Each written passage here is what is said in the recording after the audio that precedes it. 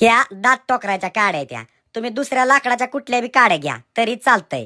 आणि ही कणीस sweet corn घ्या नाहीतर साधं घ्या तरी चालतंय. या काडी कंसातनं एक एक आर पार करायची आणि असं गोल गोल बनवून घ्यायचं.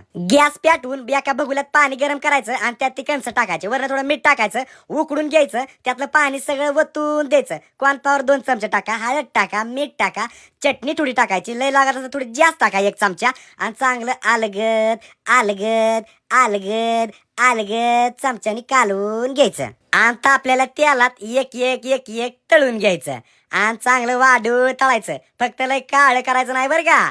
आणि तळल्यावर काढून घ्यायचं एका परातीत आणि सॉस घ्यायचा, टोमॅटो सॉस, त्याच्याबरोबर कुरुम कुरुम कुरुम खायचं. ज्यांचं लग्न झालंय त्यांनी त्यांच्या बायकोला सांगायचं करायला आणि ज्यांचं लग्न नाही झालं त्यांनी स्वतःच करायचं. आईला लय ताप द्यायचा नाही बाबांनो.